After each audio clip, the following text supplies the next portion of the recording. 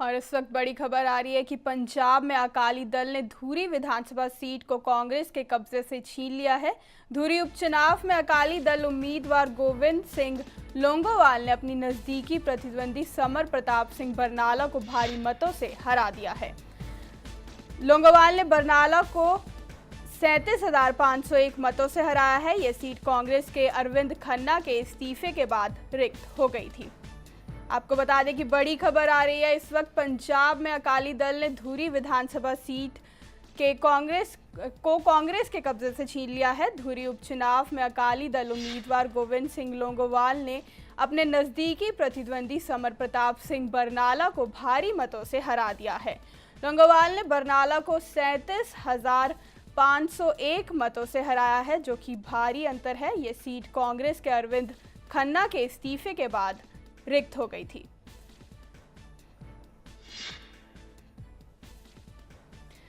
तो आपको बता दें कि बड़ी खबर आ रही है कि अकाली दल के गोविंद सिंह लोंगोवाल ने जीत दर्ज की है। धुरी उपचुनाव में पंजाब में अकाली दल ने धुरी विधानसभा सीट को कांग्रेस के कब्जे से छीन लिया है और अकाली दल के गोविंद सिंह लोंगोवाल ने इसमें जीत दर्ज की है। उन्होंने 37,501 वोटों से जीत हासिल की है।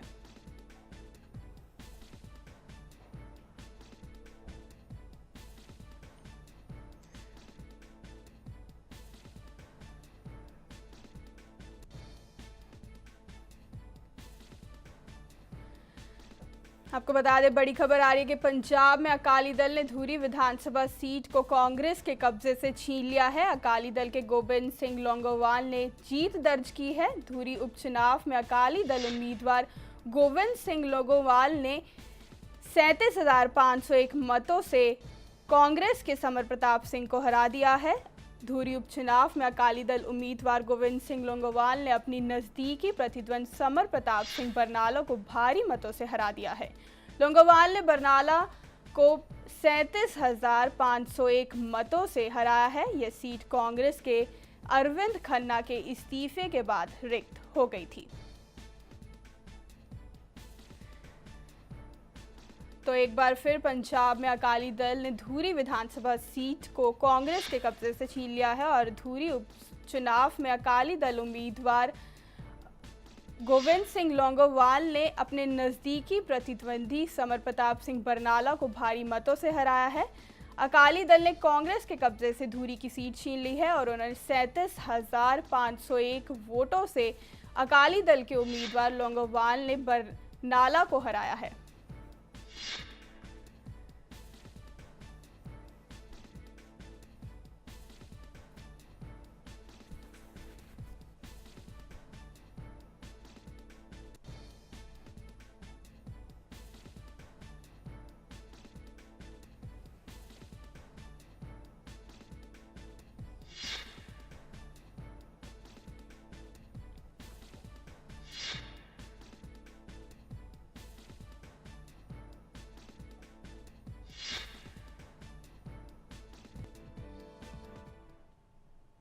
सुखबीर सिंह बादल ने राहुल गांधी के गायब होने पर चुटकी ली है। उन्होंने कहा कि सिर्फ कांग्रेसी या राजनीतिक पार्टियां ही नहीं बल्कि पूरा देश जानना चाहता है कि वह कहां हैं। ਤੁਸੀਂ ਗੱਲ ਦੱਸੋ ਰਾਹੁਲ ਗਾਂਧੀ ਨੂੰ ਲਾਉਣ ਤੇ ਵੀ ਲੱਗੇ ਆ, ਬਣਾਉਣ ਤੇ ਵੀ ਲੱਗੇ ਆ। ਪਹਿਲੀ ਵਾਰ ਦੇਖਿਆ ਕਾਂਗਰਸ 'ਚ ਮੈਜੋਰਿਟੀ ਲੀਡਰ ਕਹਿੰਦੇ ਰਾਹੁਲ ਗਾਂਧੀ ਨਹੀਂ ਬਣਨਾ ਚਾਹੀਦਾ, ਮੈਜੋਰਿਟੀ ਲੀਡਰ। ਸੋ ਆ ਸ਼ੋਅ ਕਰਦਾ ਹੈ ਬੈਂਕਰਪਸੀ ਇਨ ਕਾਂਗਰਸ। ਕਾਂਗਰਸ ਦੀ ਲੀਡਰਸ਼ਿਪ ਹੁਣ ਇੰਨੀ ਡਾਊਨ ਹੋ ਗਈ ਕਿ ਹੁਣ ਉਹਨਾਂ ਕੋਲੇ ਕੋਈ ਚੋਇਸ ਨਹੀਂ ਹੈ। ਉਹਨਾਂ ਦੇ ਇੰਨਾ ਜ਼ੀਰੋ ਹੋ ਗਏ, ਰਾਹੁਲ ਗਾਂਧੀ ਤੋਂ ਜ਼ਿਆਦਾ ਜ਼ੀਰੋ ਤਾਂ ਕੋਈ ਨਹੀਂ। ਜ਼ੀਰੋ तो मैं कहने की लोड़ ही नहीं, पर मैनू ऐ नहीं पता, मैं पूछना चाहना है कित्थे पहली गल। वहीं पंजाब के उप मुख्यमंत्री सुखबीर सिंह बादल ने नेता विपक्ष सुनील जाखड़ की ओर से पंजाब सरकार पर किसानों के मुआवजे की रकम को दबाए जाने के आरोप के बारे में सुखबीर बादल ने कहा कि जाखड़ और अन्य कांग्रेसी हवाई फायर करने में लगे हुए हैं ताकि वे खबरों में बने रहें। एक तो जाखड़ साहब ने असैंबली भी लोगों को गुमराह किया, जो मैं उन्होंने सामने पेश किए चुप करके बह गए। जाखड़ साहब की आदत है कि किरा फायर कर दो, जे लग्या तो ठीक है, नहीं लग गया तो वापस बच गया। सो आदत है उन्हें पक्की। सो फायरिंग को हर लीडर कांग्रेस का अपने आप को न्यूज़ च लियाउण वास्ते रखते कहते स्टेटमेंट देंगे है, ऐ नहीं देंगे इन्होंने, क्योंकि अज मेरी न्यूज़ नहीं है, हुण अज कैप्टन साहब जा गई, मैं क्यों पिछे रहेगा, मैं फायर करदा, फिर लाल सिंह लग जाएंगे। हुण जी अपने आप को लीडर बनना चाहता CLP का या प्रेजिडेंट का, उन्होंने की लड़ाई है। तो आपको बता दें कि इस वक्त बड़ी खबर आ रही है कि पंजाब में अकाली दल ने धूरी विधानसभा सीट को कांग्रेस के कब्जे से छीन लिया है। धूरी उपचुनाव में अकाली दल उम्मीदवार गोविंद सिंह लौंगोवाल ने अपनी नजदीकी प्रतिद्वंदी समर प्रताप सिंह बरनाला को भारी मतों से हरा दिया है। लौंगोवाल ने बरनाला को 37,501 मतों से हराया है।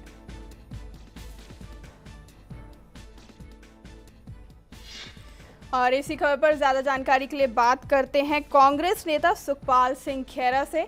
सर, सबसे पहले तो आपका स्वागत है हमारे साथ जुड़ने के लिए। हाँ जी, बहुत बहुत शुक्रिया जी। सर, आपसे जानना चाहेंगे कि धूरी में जो कांग्रेस को भारी मतों से जो मात मिली है, तो उसके बारे में आप क्या कहना चाहेंगे? एक तो मैं अपने सारे व्यूअर्स को बताना चाहता हूं कि ये जो बाई इलेक्शन का ट्रेंड है सारे हिंदुस्तान में और खास तौर पे पंजाब में, यहाँ पर तो एक रिवाज बन गया है कि रूलिंग पार्टी कभी हारती ही नहीं है।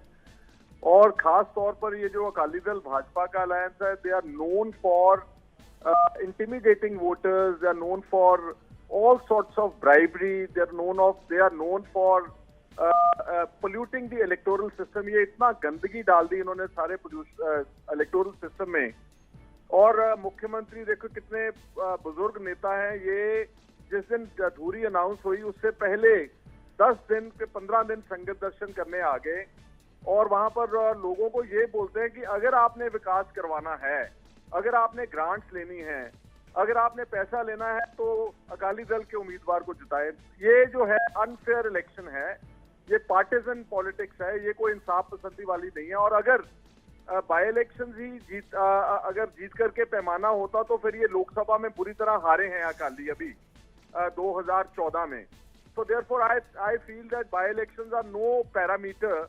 और ये चाहे वो पंचायत हो, चाहे जिला परिषद हो, चाहे ब्लॉक समिति हो, एक अकालियों ने एक सिस्टम मोडस ऑपरेंडी अडॉप्ट कर लिया है कि सारी ही जीतनी है और कोई स्पेस के देने को तैयार नहीं है टू डेमोक्रेटिक इंस्टीट्यूशंस या फेयरनेस या कोई अच्छे तरीके की राजनीति की। ये तो जाने जा रहे हैं सारे हर किस्म के बुरे हथकंडे इस्तेमाल करने के लिए। जी सुखपाल जी, बेसिकली आप कहना चाह रहे हैं कि सरकारी मशीनरी का जो है यहाँ पर गलत इस्तेमाल हुआ है, तो इस पर क्या आपने कोई कदम नहीं उठाया? कि आपने कोई इसके बारे में चुनाव आयोग को कोई शिकायत नहीं की? हम इलेक्शन के दौरान हमारी अनेक कंप्लेंट गई हैं इलेक्शन कमीशन को, लेकिन अनफॉर्चुनेटली इलेक्शन कमीशन भी जितनी कॉग्निजेंस लेनी चाहिए, पहले तो सबसे पहले मैंने ही इलेक्शन कमीशन को कंप्लेंट की थी कि जब धूरी की बाई इलेक्शन सीट वेकेंट हो गई, उसी वक्त मुख्यमंत्री जाकर के बैठ गए शायद 15 दिन संगत दर्शन के लिए। तो मैंने उसी वक्त लिखा था आप इलेक्शन कमीशन ऑफ इंडिया को कि kindly please this is unfair playground नहीं छोड़ेंगे। ये जाके गांव में पंचायतों को इकट्ठा करके पैसे बांट रहे हैं। शायद उन्होंने 25-30 करोड़ जो है वो पैसा पंजाब सरकार का वहां बांटा। तो how do expect a fair election? तो उसके बाद भी ड्यूरिंग इलेक्शंस भी इनके वो स्पोर्ट्स किट पकड़े गए अकालियों के, बहुत सामान पकड़ा गया, लेकिन अनफॉर्चुनेटली इलेक्शन कमीशन कॉग्निजेंसी नहीं लेता और ये किस्म का एक ऐसे जैसे फ्री रन हो गया। जिसकी भी रूलिंग पार्टी है, चाहे दूसरी स्टेट्स में दूसरी पार्टीज हैं, कोई जीतने ही नहीं देता और जाकर के सारी मिनिस्ट्री बैठ जाती है, सारे एमएलए बैठ जाते, सारे जत्थेदार वहां पर बैठ जाते हैं। तो कौन गरीब लोग वोट डालेंगे इंसाफ पसंदी से? और मैंने अभी जब पहले बोला कि जब जनरल इलेक्शन होती है, चाहे वो विधानसभा की हो चाहे पार्लियामेंट की, अभी पार्लियामेंट में ये यहाँ पर 35,000 वोटों से हारे थे। तो आप मेरे को बताएं कि एक साल में क्या टर्न अराउंड कर दिया अकालियों ने कि अब 35,000 जीत रहे हैं। You can imagine, you know, look at the swing in politics. कभी इतना तो स्विंग कभी होता ही नहीं है। स्विंग तो पॉलिटिक्स में इलेक्शंस में 1% का होता है, 2% का होता है। यहाँ पर 60-70% का स्विंग कर दिया इन्होंने। तो this is nothing but misuse of gross misuse of official machinery and the positions and power. वो हार का कारण तो नहीं रहा। जी सुखपाल जी, जो कहा जा रहा है कि कांग्रेस में आपसी जो घमासान पार्टी के अंदर जो चल रहा है, क्या हार की वजह वो भी हो सकती है इसमें? ये बात मेरे को स्वीकार करने में ये बात मेरे को स्वीकार में कोई हिचकिचाहट नहीं है कि कांग्रेस ने भी अपना डिवाइडेड रखा। ये भी एक कारण है कि इतनी भारी मतों से हमको नुकसान हुआ। हर किस्म के लीडर वहां सिर्फ हाजिरी लगवा रहे थे और एक दूसरे के ऊपर ब्राउनी पॉइंट स्कोर कर रहे थे, दिखावा कर रहे थे। किसी ने इलेक्शन वहां बैठकर अच्छी तरह नहीं लड़ी। इस बात का मेरे को और हमारे वर्कर्स और हमारे केडर को अफसोस है। ये भी एक कारण है, मेरे को स्वीकार करने में कोई हिचकिचाहट नहीं है। जी सुखपाल जी, हमारे साथ जुड़ने के लिए और हमें ये जानकारी देने के लिए आपका बहुत बहुत धन्यवाद। तो आपको बता दें कि पंजाब में अकाली दल ने धूरी विधानसभा सीट को कांग्रेस के कब्जे से छीन लिया है। और इस वक्त इसी खबर पर हमारे साथ फोन लाइन पर जुड़ चुके हैं अकाली नेता हरचरण सिंह बैंस। तो हरचरण जी, आपका हमारे साथ जुड़ने के लिए पहले तो बहुत बहुत स्वागत है हमारे चैनल में, हमारे साथ जुड़ने के लिए। जी सर, आपसे जानना चाहेंगे कि धूरी में जो भारी बहुमत के साथ जो अकाली दल ने जो जीत दर्ज की है, उसके बारे में क्या कहना चाहेंगे आप? देखिए, वो सीधा है कि हम शुरू से कहते आ रहे हैं कि हमारी जो पॉलिसीज एंड प्रोग्राम्स हैं, वो उनमें जो मेन बातें हैं वो है पीस एंड कम्युनल हार्मनी, यानी अमन और भाईचारक सांझ, और डेवलपमेंट, प्रॉस्पेरिटी, और जो पिछड़े वर्ग हैं उनको सहारा देना, और जो किसान है उनके लिए जो भी जैसे हम बिजली वगैरह दे, मतलब जो जितनी भी हमारी गवर्नमेंट की पॉलिसीज एंड प्रोग्राम्स हैं एंड परफॉर्मेंस, उनके ऊपर ये मैंडेट है। तो we are very grateful to the people that they have delivered such a forceful mandate at a time, when the mood for the General Assembly poll in 2017 is being set. जी हरचरण जी, उपचुनाव में, धूरी उपचुनाव में जो अकाली दल को भारी जीत मिली है भारी बहुमत से, तो वो क्या मायने रखती है अकाली दल के लिए? देखिए, ये सीधा सीधा इंडिकेटर है पंजाब के लोगों के मूड का। क्योंकि ऐसा नहीं है कि जो रूलिंग पार्टी है वो हमेशा जीतती है। बिकॉज आपको याद होगा कि हमारी ही सरकार 1998 या 9 था वो, हम आदमपुर में बाई इलेक्शन हार गए थे। तो उसके बाद जो जनरल इलेक्शन का रिजल्ट आया था वो भी हमारे अगेंस्ट चला गया था। तो इसलिए ये जो ट्रेंड है ये हम पीछे से भी देखते आ रहे हैं। और ये विक्ट्री हुई है, this is an indication, this is a trailer of the kind of result that we'll get in the next elections, general elections to Punjab Assembly. तो हमारे लिए ये महत्व है इसका। एक तो ये है कि हमारी जो पॉलिसीज एंड प्रोग्राम्स हैं पंजाब में जो हमने काम किए हैं, जैसे ड्रग्स के खिलाफ हमने बहुत बड़े पैमाने पर जंग छिड़ी है, ऐसे ही हमने कैंसर के खिलाफ छिड़ी है, और अलग अलग डिपार्टमेंट्स में जो डेवलपमेंट हो रही है उस सभी बातों को लेकर, और अमन और भाईचारक सांझ को लेकर, ये सभी बातों को मिलाकर लोगों ने विश्वास प्रकट किया है। और हम बहुत ही आभारी हैं उनके कि उन्होंने हमें हमारे अंदर बहुत ही निम्रता और जिम्मेदारी का एहसास और बढ़ता है इससे, और हम और भी लगन से काम करेंगे। जी हरचरण जी, अभी हमारी कांग्रेस नेता सुखपाल सिंह खैरा से भी बात हुई थी, तो उन्होंने कहा है कि इस चुनाव में सरकारी मशीनरी का जो है गलत इस्तेमाल हुआ है, तो उस पर क्या कहना चाहेंगे आप? देखिए, ये जो इलेक्शन कमीशन होता है उसके ऊपर सभी को फेथ होता है। अगर कोई ऐसी बात है, मान लो इनके पास थी, तो इनको जाना चाहिए था अब इलेक्शन कमीशन के पास। अगर उन पर ही इनका विश्वास नहीं है, फिर तो इलेक्शन में ही विश्वास नहीं रहेगा। तो इसलिए इसका हम तो क्या जवाब देंगे, इसका तो इलेक्शन कमीशन ही जवाब दे सकता है कि फेयर इलेक्शन हुई कि नहीं हुई। तो सभी जानते हैं, वहाँ मीडिया सारा प्रेजेंट है, कोई ऐसा तो है नहीं, आप अखबारों में भी पढ़ते हो, टेलीविजन पे भी रिपोर्ट्स आती हैं कि वहाँ कुछ ऐसा हुआ नहीं। और अगर होता भी तो इनका फर्ज बनता था इलेक्शन कमीशन के पास जाते, और इलेक्शन कमीशन जो भी फैसला देता है उसको ये फाइनल माने। देश में एक सिस्टम बना हुआ है कॉन्स्टिट्यूशन के अंदर, उसको सभी ने मानना होता है। अगर उसमें विश्वास नहीं है तो इनका डेमोक्रेसी में विश्वास नहीं है फिर। जी हरचरण जी, सुखपाल सिंह खैरा ने कहा है कि कांग्रेसी नेता, उन्होंने कहा है कि चुनाव आयोग ने भी इस मामले में कुछ नहीं किया, तो उस पर क्या कहना चाहेंगे? अब देखिए, अगर ये चुनाव आयोग के ऊपर भी उंगली उठाने लग गए हैं, फिर कल को सुप्रीम कोर्ट के ऊपर भी उठाने लगे, आफ्टर ऑल इलेक्शन होगी कैसे? इलेक्शन तो इलेक्शन कमीशन ही करनी है। तो अगर इनका उनके ऊपर विश्वास ही नहीं है तो इसका मतलब ये हुआ कि ये इलेक्शन में हिस्सा ही नहीं लेंगे।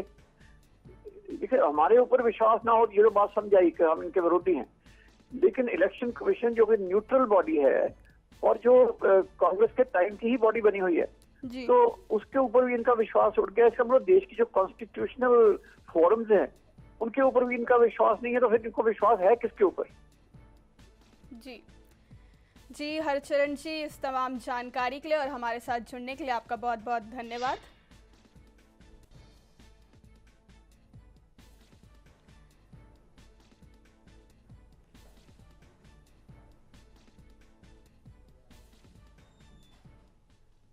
पाकिस्तान अपनी नापाक हरकतों से बाज नहीं आ रहा है, जिसका ताज़ा मिसाल उस वक्त देखने को मिली जब जिला तरन के कस्बा अमरकोट चौकी से पुलिस ने 100 करोड़ की हेरोइन बरामद की। भारत पाक अंतर्राष्ट्रीय सीमा के जवानों ने 20 packet heroin, 2 pistol, 17 round, 2 mobile और 2 पाकिस्तानी सिम कार्ड भी बरामद किए।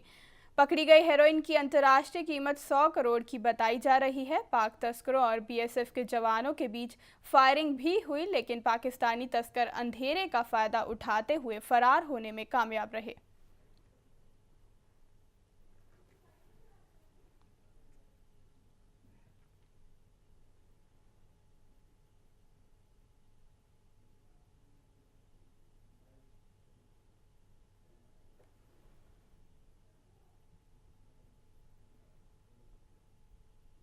जिला गुरदासपुर के गांव बहादुर हुसैन से एक व्यक्ति की मलेशिया में संदिग्ध परिस्थितियों में मौत हो गई है। मृतक के परिवार वालों ने मृतक को विदेश भेजने वाले ट्रैवल एजेंटों को ही उसकी मौत का जिम्मेदार बताया है। पुलिस ने तीनों ट्रैवल एजेंटों पर धोखाधड़ी का मामला दर्ज कर लिया है, जबकि अभी तक मामले में किसी भी व्यक्ति की गिरफ्तारी नहीं हो सकी है। वहीं मृतक की डेड बॉडी भी अभी भारत वापस नहीं पहुंची है। मृतक के परिजनों ने मृतक की देह जल्द भारत लाने की गुहार लगाई है।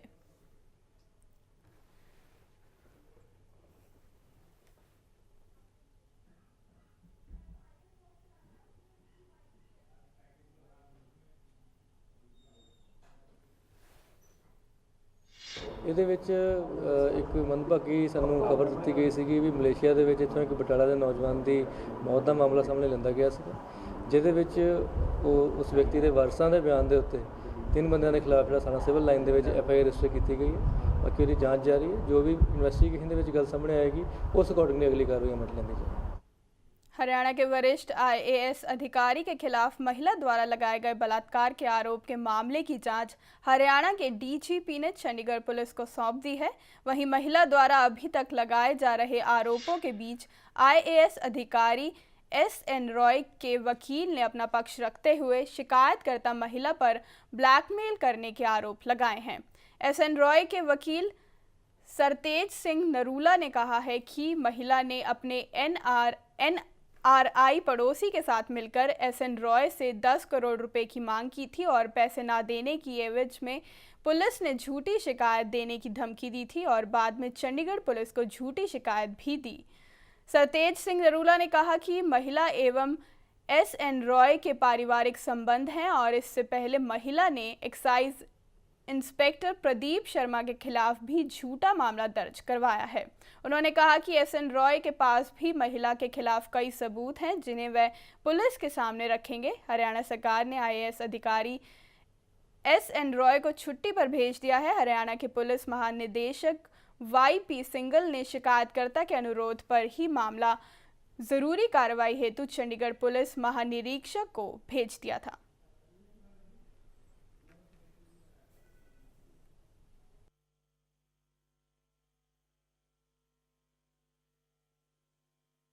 ऐसा है, वो सारे जो हैं इल्ज़ाम वो सारे बेबुनियाद हैं, मनगढ़ंत हैं।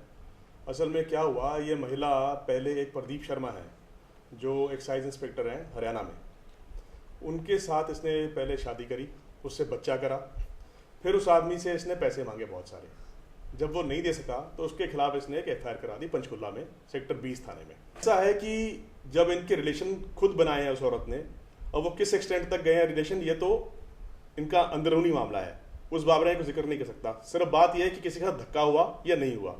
वो खुद नहीं कहती धक्का हुआ मेरे साथ, जो भी वो खुद अपनी इस्तिगासे में अपनी कंप्लेंट में कह रही है वो यही कह रही है कि मैंने रिलेशन बनाए इनके साथ। सिर्फ एक ही इल्ज़ाम लगाती है कि इन्होंने मेरे को बोला मेरा तलाक हुआ है। सब मन गढ़ंत है, क्योंकि औरत साफ नहीं है, किससे उसके संबंध है किससे नहीं है, क्या करती है नहीं करती किसी को नहीं पता। जैसे कि मैंने आपको बताया, जो सुरजीत सिंह है जो उसके नेबर थे, उन्होंने गाड़ी उसको i20 लेके अपने नाम पे उसको दे रखी है, वो गाड़ी पे ही आती जाती है।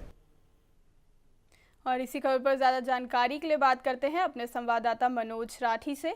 मनोज, हरियाणा के वरिष्ठ IAS अधिकारी के खिलाफ जो महिला द्वारा जो आरोप लगाए गए हैं बलात्कार के, तो उस मामले की जांच हरियाणा के DGP ने चंडीगढ़ पुलिस को सौंप दी है। तो इस मामले में क्या ताज़ा जानकारी है आपके पास? जो मामला है काफी बड़ा हाई प्रोफाइल मामला है, जिसमें जो है यहाँ पर ये एक महिला ने आरोप लगाया था, IAS ऑफिसर के ऊपर जो है आरोप लगाया था। उसी के चलते ये मामला जो है तूल पकड़ता गया और जब मीडिया में आने के बाद ये वीडियो भी जो है इसमें वायरल हुई, उसी के बाद से जो है यहाँ पर ऑफिसर के ऊपर यहाँ पर लेडीज के साथ कहना है कि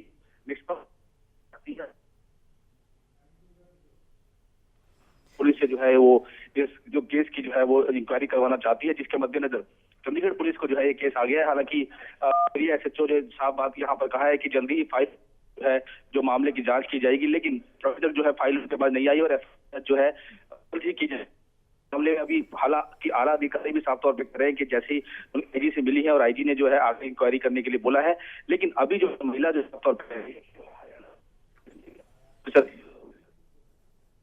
जी मनोज, इस तमाम जानकारी के लिए आपका धन्यवाद। तो बता दें, हरियाणा के वरिष्ठ IAS अधिकारी के खिलाफ महिला द्वारा लगाए गए बलात्कार के आरोप के मामले की जांच हरियाणा के DGP ने चंडीगढ़ पुलिस को सौंप दी है।